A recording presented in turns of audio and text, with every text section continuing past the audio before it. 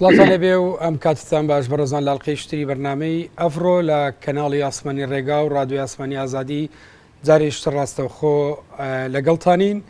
ماوەی چەند ڕۆژێکە لە سەرتاسەری یاریمی کوردستان تاقیکردنەوەی خولی یەکەمی کۆتایی ساڵ دەستی پێکردەوە و سەرجەم ئەو قوتابیانی کە بەشداری ئەزمونەکانی کۆتایی ساڵ خولی یەکەم دەکەن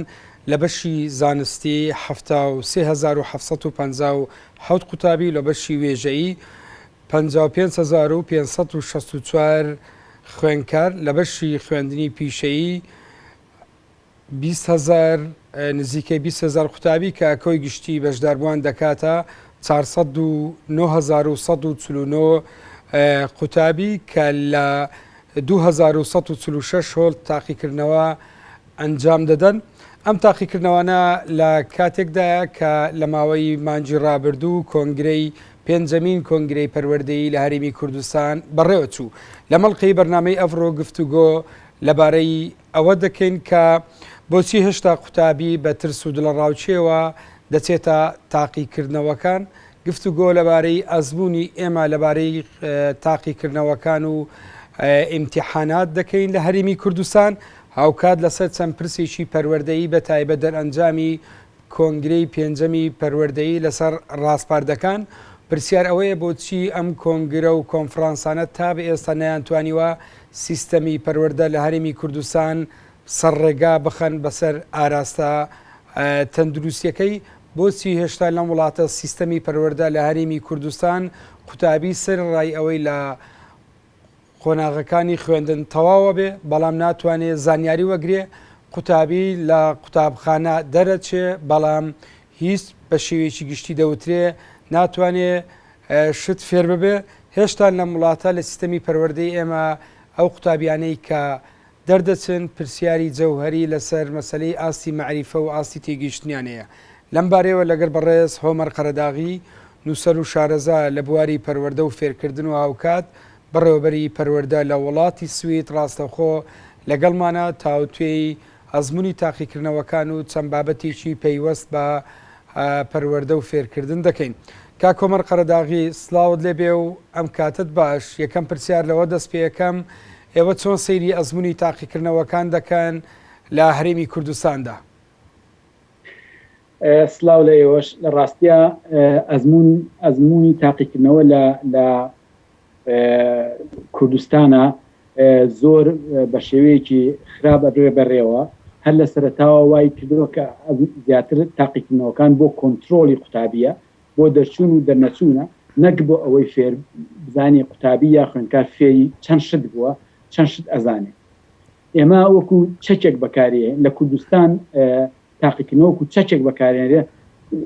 تەنانەت تا ئاراستەیەک وەکو وایە کە تۆ دوژمنایەتی قوتابی پێ بکەیت. ئەمە وای کردەوە کە قوتابیش بەرامبەر سیستەمەکە بوەستێتەوە پەنا بەرێتە بەر هەندێک دیاردەی خراپ. یەکێ لەوانە قۆپیەکردنە، یەکێ لەوانە فێڵکردنە لە مامۆستاکە لە سیستەمەکە، یەکێ لەوانە خۆشتن و خۆنەیەشتنەوە. ئەمە وای کردووە ئەم کۆنتترۆڵ زۆر وای کردو تەنان لە کوردستانە شتەکە وا گەورە بووە یەک بەڕێوەبراتی گەوریان داناوە ناو بەڕێبراتی تاقیکردنەوەکان لە وەزارەتی پەروەردەداندا. ئەمە هەمووی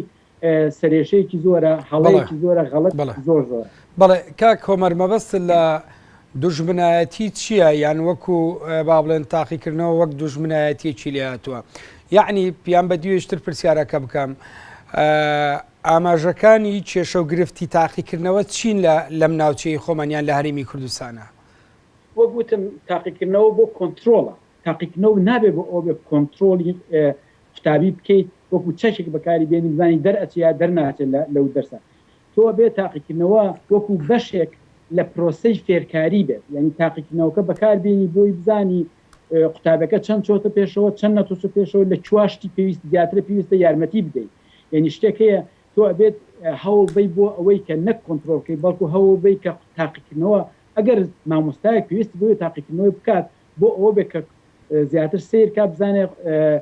خوێندکارەکە قوتابەکە چەند شت تێگەیشتووە بۆی پرۆسەکە بەریتە پێشەوە ئێستا تاقیکردنەوە لای ئێمە وای لاتووە قوتابیەکان بەس بۆ ئیژەکەن بۆی شت دەرەخکەن و نەک بۆی فێربن دەرخیکەن بۆی لە تاقیکردنەوە بینوسنەوە دوای هەفتەیە مانگێک دوومان بیرانەچێت ئەمە تێنەگەیشتنە لە سیستەمەکە ئەم مەسلەی دەرەخکردنە کا کۆمەر مەسلەی کاتێ قوتابی ئێمە سەیری دەکەن لە هەرێمی کوردستانە لە تاقیکردنەوە دەرەچێ تەنانەت لە زانکۆش دەرەچێ بۆ نمونە زمانێک فێر نابێ زانستێکی وا فێر نابێ لە کاتێکە لە تاقیکردنەوەش دەرچووە ئەمە چیمان پێ دەڵێ لە ڕاستی ئەمەوەکو نردنی قوتابیانە هەموو ساڵێک لەم کاتی کە بەڕێستان باسەوەی کە ساژمارێکی زۆر تقریبا 400,000 قوتابیان لێ بەرەو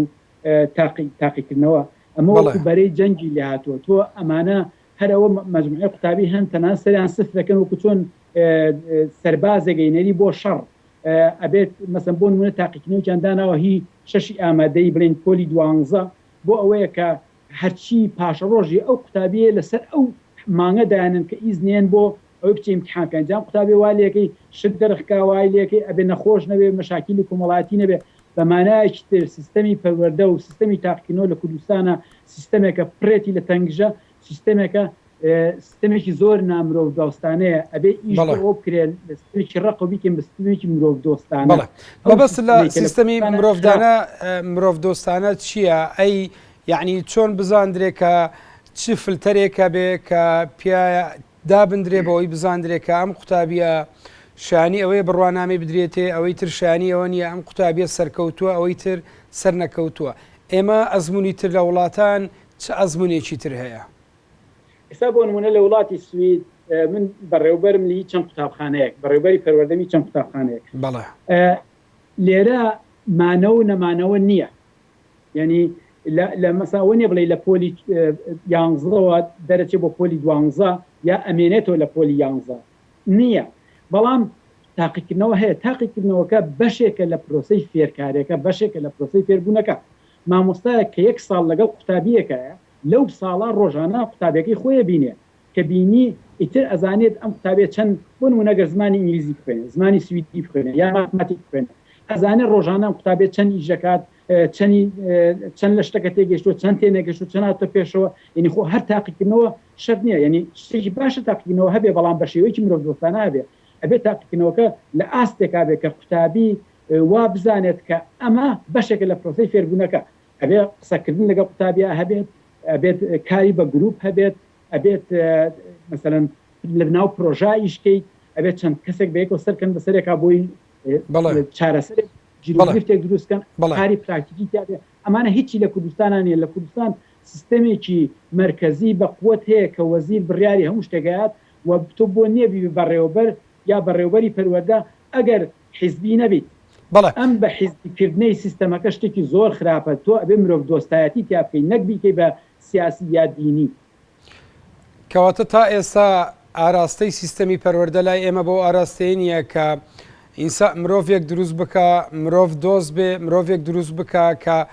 بۆ ژیان دروستی بکە بە پێچەوانەوە مرۆڤێک دروستەکە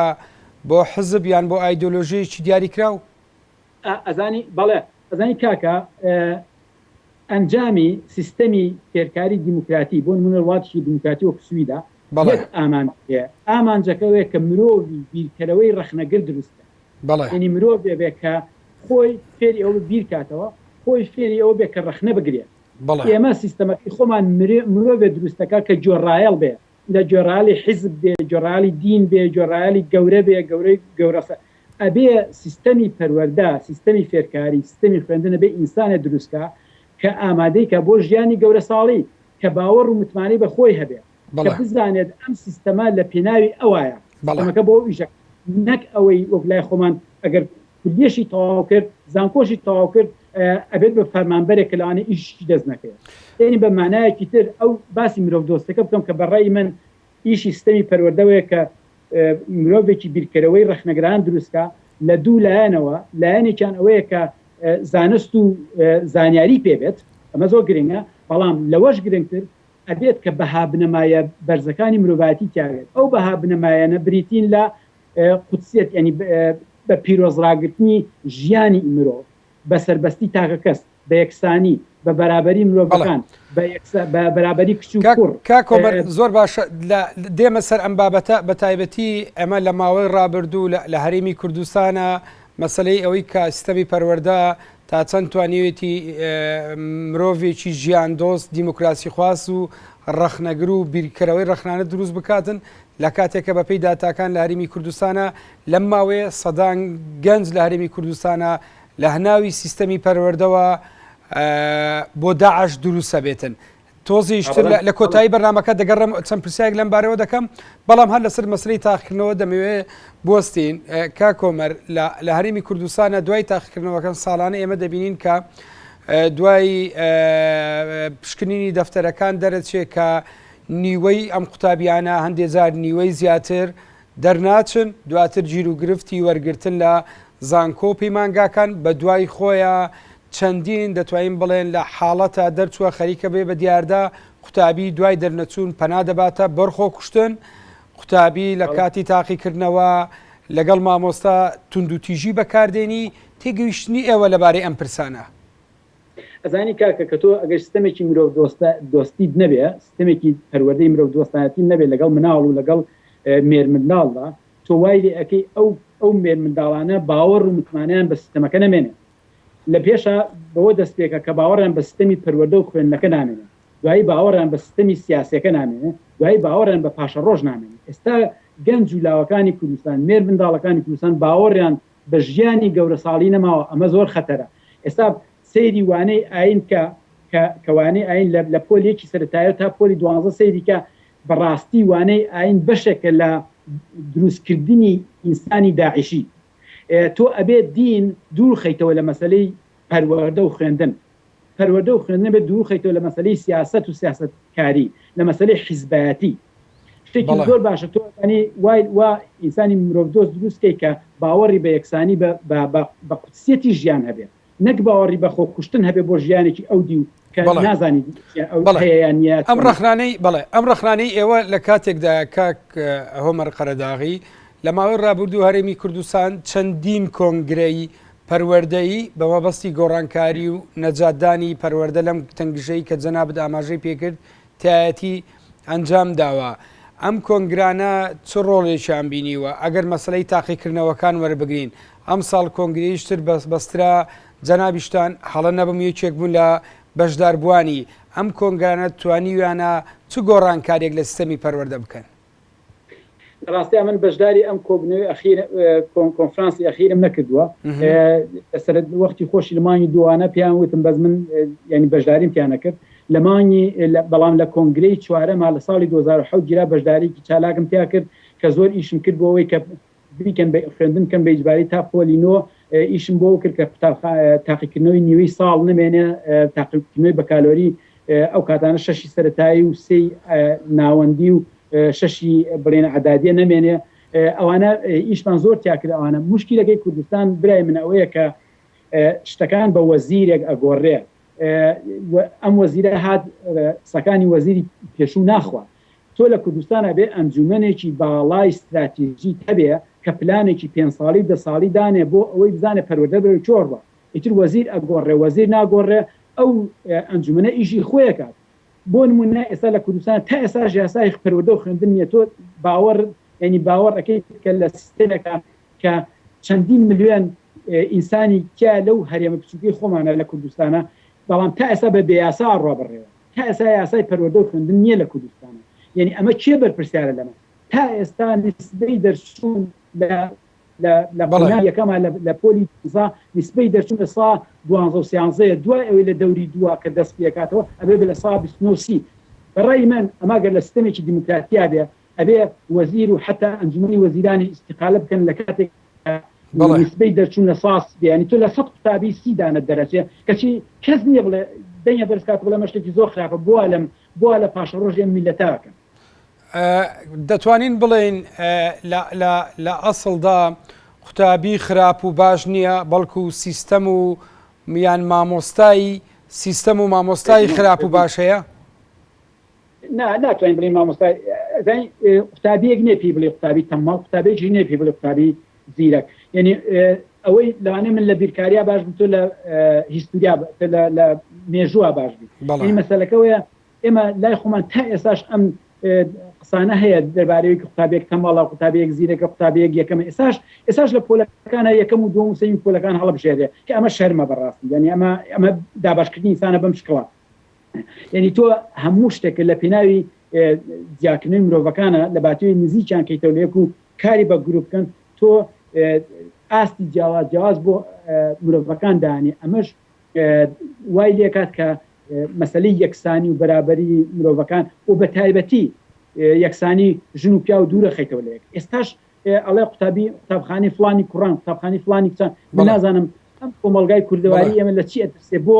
قوتابخانە لەیەکەوە لە یەکی سەرەتایەوە هەتا پۆلی 12 تێکەڵی ناکە یعنی لە چی ترساویت بۆ تێکەڵی ناکەیت ئەم ساڵ بە تایبەتی لە هەرێمی کوردستان لە چەند ناوچێک بە تایبەتی لە قەزا و ناحیەکان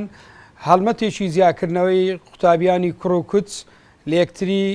دەستی پێکرد لە چەندی قوتابخانە قوتابیانی یعنی کوڕیان بە تەنیا دانا و کچیان بە تەنیار کردیانە دوو دەوام و ئێستا کا کۆمەر ئێستا لە هەرێمی کوردستانە لە بەشێک لە قوتابخانەکان لە ئەزمموی سەتایی کاتێک قوتابیەک هاری دەکا یان جۆرێک لە عەجوولی هەیە وەکو عقوبە لە تەک کچێکی دادنێن یان کچێک بە پێچەوانەی تر تێگەیشتنی تو لەبارەی ئەم جۆرە مامەڵانە وڵی کاکە ئەمە سیستمێکە بوو لە جنوبی ئەفریقا پێیان و سیستمی ئەپارتەید کە ڕەش و سپی ئاوا جیا کرد ئێستا ئەگەر ئەو قسانی بەڕێستانێکن ئەگەر ئاوا سزای منداڵێک بیرێت بەمانای شتێن وای لەکەن کە تۆ کەمە بیتەوەگەر لە تەنیش کچێکەوە دانشی بەڕاستی ئەمە سیستمێکە ینی سیستمێکی ڕەگەزپەرستیە یعنی ئەمەش والەکە کە مرۆڤ بەوە ئەشکێنی لەبەرەوە شتێکی زۆر ئاسایە گەینان پاشە ڕۆژ بڵێ باش ئەمە کچە گەنجێمە بۆ خۆیانە کوژن بۆ خۆیانە سووتێنەمە و پیا بۆ لە ژنەیە یعنی ئێمە بەرابەری ئینسانەکانمان نییە ژن و پیا و هەر کۆمەلگایەک ئەگەر ژن و پیا و یەکسان نەبێتە ئەو کۆمەلگای ناوێت بە کۆمەلگایکی دیموکراتی بەڵێ کۆمەلگای کوردستان پرسی پەروەردە و خوێندن سیستەمی فێرکاری لە پرسی نەوت گرنگترە بەڵام تا ئێستا سەڵاتدارانی ئێمە بە تایبەتی ناو وەزارەتی پەروەردە لەم مەسەلەیە تێنەگەیشتون لە ئەهمیەتی ئەم مەسەلە تێنەگەیشتون چەند گرنگە تۆ گرنگ بەها بدەیت بە پەیوەندێ بەرزەکانی مرۆڤایەتی کاک هۆمەر قەرەداغی شارەزا لە بواری سیستەمی پەروەردە و فێرکردن لە ماوەی ڕابردوو ئەو کۆنگرانی بەسترا و ئەوەی ئێستا ئەو جۆرە سیستەمی ئێستاە چەند گۆڕانکاریەکی بەخۆیەوە بینی کە لە ئاستێکە یعنی ئێستا گەیشتەوە حاڵەتی دەوترێ ئەم گۆڕانکاری کراوە بریتی بۆ لە پرۆسەی بە سویدیکردنی سیستەمی پەروەردە و فێرکردن لە هەرێمی کوردستانە پرسیارەکەوەیە ئایا ئەم گۆڕانکاریانە تا چەند گۆڕانکاری گەورە بوونە توانراوە چی بکرێ بەڕاستی ئێمە توانیمانە سیستەمی پەروەردە بە سویدی بکەیت نەخێت لە ڕاستیە هەر لە جیهانی شەسە من لە سویداژیم من ئەوە 33 ساڵ لە سویداژیم یعنی لە سویدیش سیستەمێک نێ ناوی سیستەمی پەروەردەی سویدی بێ بەڵکو سیستەمێکی پەروەردەی دیموکراتیە دا لە سوید هەیە لە ئەمریکا هەیە لە وڵاتە دیموکراتەکان لە هۆڵندا هەیە لە بەلجیکا هەیە ئەو مەسلەیە کە باسیەکە جادای وەکو بۆ گاڵتە بازاڕی باسیەکەن کاڵێن سیستەمی سویدیوانێ مەسلەکە پەیوەندی بە سیستەمی سویدی و ناسویدیۆ نیە ئەو سیستەمێکە لە کوردستانە سیستەمێک لە تەنگژایە سیستەمێک لە قەیران سیستەمێکە زۆر ڕقە سیستەمێکە مرۆڤ مناڵی کورد مناڵی کوردستانی مناڵی ئەوانەی کە لە کوردستان ئاژین باوەڕ و متمانیان نییە بە ژیانی گەورە ساڵی لەبەرەوەی سیستەمەکە فێری کردوون هەموو شتێک هەر کۆنتترۆلیانەکە و ینی پاشەڕۆژێکی ئایندەیەکی ینی دیدێکی ئایندەیەکی گەشتداریان نایەتێ ینی وای کردووە کە مەسەلەن لە کوردستانە ئێستاش لە باتی وانەی زانستە ئاینەکان بخوێنرێت وانەی بەس دینە خوێنێت وە لە ناو دینەکانش یەک دین گەوراکەن و دینە لەسەر حسابی دینگان تر ئەمە باش نییە ئەمە تۆ ئەبێ بۆی ئینسانێکی بیرکەرەوە دروستکەی ئەبێت تۆ وای لێ بکەی کە بە شێوەیەکی دیموکراتیانە هەموو بەها بەرزەکانی مرۆڤایەتی فێرکی فێریکەی بەست دێلەکردنەوە بەڵێ ئەو ڕاستپاردانەی لە دوایین کۆنگرا دەرچوو نازام چەند ئاگداری ڕاستپاردەکانی ڕاستپاردەکان لە بەردەستی من هەیە شتێبین یەکتان لەبارەیەوە هەیە یەکێ لەو تێبینیانە ئەوەیە کە سیستەمی تاقیکردنەوەکان لە باتووی کەمیکەنەوە لەبارەی دۆست بکەنەوە سیستەمی تاقیکردنەوەکانیان خراپتر کردووە. بۆ نمونە سیستەمی پۆلی 12 ئەوەی بە کالۆری چەند ساڵێ مە هاوارەکەین لای بن بە کالۆری ئیمتحانی بە کالۆری 12 لابن وای لێ بکەن کە هەموو وانەکان کە لە پۆلی 10 و 11 و 12 خوێنە نەتیجەی هەموو مادەکان کۆکردەوە لە سوید وایە 25 مادە خوێن لە ماوەی 3 ساڵی قۆناغی ئامادەی تۆ هەمووی کۆکەرە و نەتیجەی نهایی دەبێت. ئێستا وایان کردووە ئەڵەن لە پۆلی 10 ئەم کنگرەی ئەخیر کە کارێکی زۆر بێمانە و خراپیان کردووە ئەڵەن لە پۆلی 10 لە ساعت 10 دەرەجەکان لە پۆلی 11 لە ساعت 10 و لە پۆلی 12 لە ساعت 8 و بۆ ئەوەی لە پۆلی بۆ ئەو دەرەجەی پۆلی 10 دوو تاقیکردنەوەی وەرزی تریان داناوە کە مرکزی ئەویش یعنی یەک ئیمتحان کە ئێمەمانوو یەک بە کەلۆری لابن ئەمان ئێستا بەڕێزیان کردوانە بە 5 بە کەلۆری. بەڵێ ئەمە زۆر خراپە ئەمان ناکە بۆ دواوە یعنی تاکەی ئەوە یاری بە پاشە ڕۆژینەوەی داهاتومانەکە. زۆر باشە کاتی بەرنامەکەم کەم ماوە لە ماوەیەکی کەم چەند پرسێکی تری پەروەردەیی هەیە بە شێوەیەکی گشتی دەمەوێت لە جەنابتانی بپرسم و تێگەیشتنەکان وەربگرین. لە هەرێمی کوردستانە